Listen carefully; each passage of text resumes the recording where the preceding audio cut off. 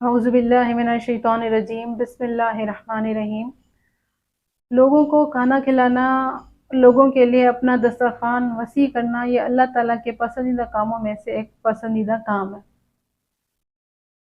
جہاں پہ لوگوں کو کھانا کھلانے کی بات کی جائے تو حضرت ہاشم جو ہمارے نبی مصطفیٰ صلی اللہ علیہ وآلہ وسلم کے جد ہیں، ان کا دسترخوان بہت زیادہ مشہور ہوتا تھا۔ غریب، مسکین، فقراء، مہمان، تاجر ان کے دسترخوان پہ جا کے کھانا کھاتے تھے۔ ان کے بعد یہ سلسلہ، یہ دسترخوان ختم نہیں ہوا، بلکہ یہ سلسلہ حضرت عبد المطلب نے جاری کیا، اور پھر یہ سارے غریب، مسکین، مہمان، تاجر ان کے یہاں جاتے تھے۔ ان کے بعد یہ سلسلہ حضرت ابو طالب نے جاری رکھا، اور ان کے بعد یہ سلسلہ ہمارے نبی صلی اللہ علیہ وآلہ وسلم نے جاری رکھا۔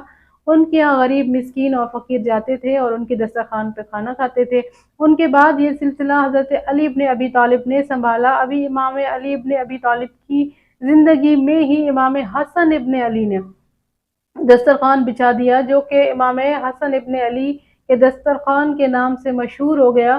مدینے میں کوئی بھی سائل آتا، کوئی بھی تاجر آتا، کوئی بھی مہمان آتا تو ان کو بتا دیا جاتا کہ جاؤ کریم ابن کریم امام حسن ابن علی کا دسترخوان ہے، وہاں جا کے کھانا کھاؤ۔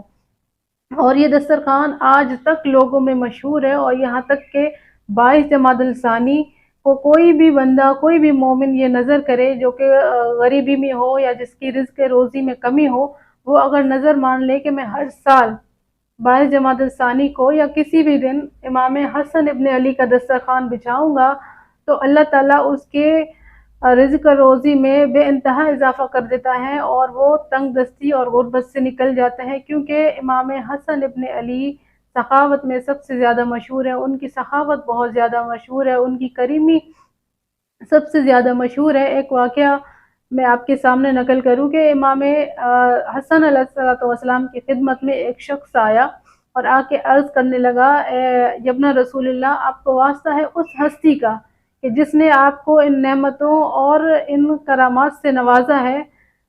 میں آپ کے سامنے ایک شکایت لے کر آیا ہوں اپنے دشمن کی۔ وہ میرا دشمن ایسا ہے کہ نہ بزرگوں پہ رحم کرتا ہے، نہ معصوم بچوں پہ رحم کرتا ہے۔ امام علیہ السلام اس ٹائم تکیے پہ ٹیک لگائے ہوئے بیٹھے تھے۔ امام علیہ السلام نے جیسے اس کی باتیں سنی تو امام علیہ السلام سیدھے اٹھ کے بیٹھ گئے، اور امام علیہ السلام پوچھنے لگے کہ ایسا کون سا دشمن ہے تمہارا؟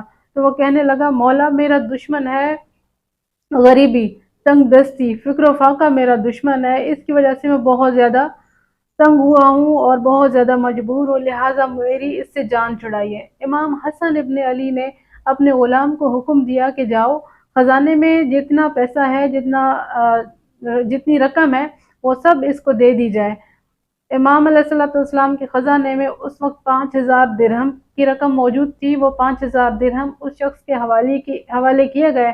امام علیہ السلام نے اس سے فرمایا کہ دیکھو، جب بھی تمہیں یہ دشمن تنگ کرے، اس وقت تمہیں واسطہ ہے اسی ہستی کا جس کا تو نے مجھے واسطہ دیے، تم فوراً میرے پاس چلے آنا، میں ہمیشہ اس دشمن سے تمہیں نجات دلاؤں گا۔ تو آج تک صرف وہ شخص نہیں بلکہ جس نے شکایت کی کہ میں غریب ہوں، میں تنگ دست ہوں اور میری غربت دور نہیں ہو رہی، اور اس نے امام حسن ابن علی سے توسل کیا، امام حسن ابن علی سے دعا کی، امام حسن ابن علی کو وسیلہ قرار دیا، تو خداوند متعال نے بے انتہا اس کے رزق میں اضافہ